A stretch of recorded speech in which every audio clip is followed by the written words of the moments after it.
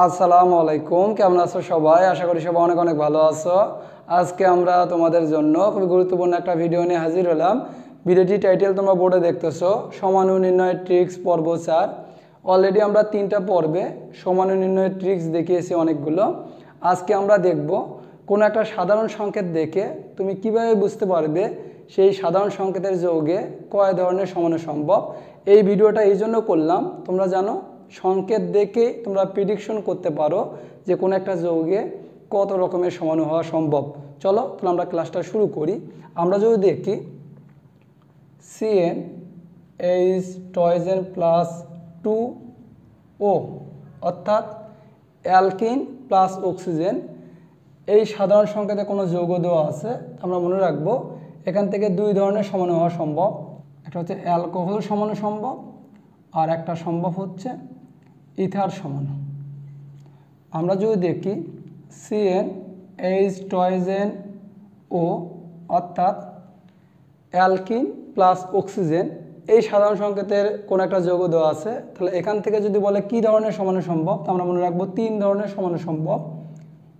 এখান থেকে এলডিএইচ সমাণু সম্ভব, এখান থেকে কেটন সমাণু সম্ভব, এবং এখান থেকে ইনল সমাণু সম্ভব। তাহলে এলডিহাইড, কেটোন এবং ইনল সমাণু সম্ভব এই সংকেত থেকে, অ্যালকিন প্লাস অক্সিজেন।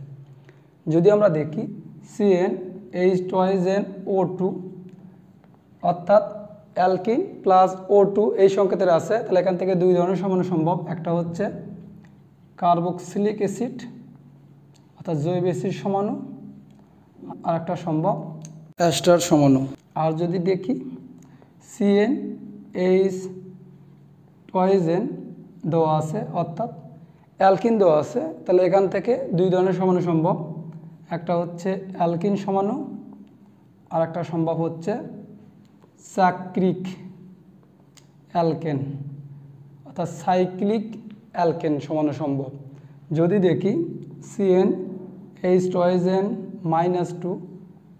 এই সংকেত দেওয়া আছে, এখান থেকেও দুই ধরনের সমাণু সম্ভব।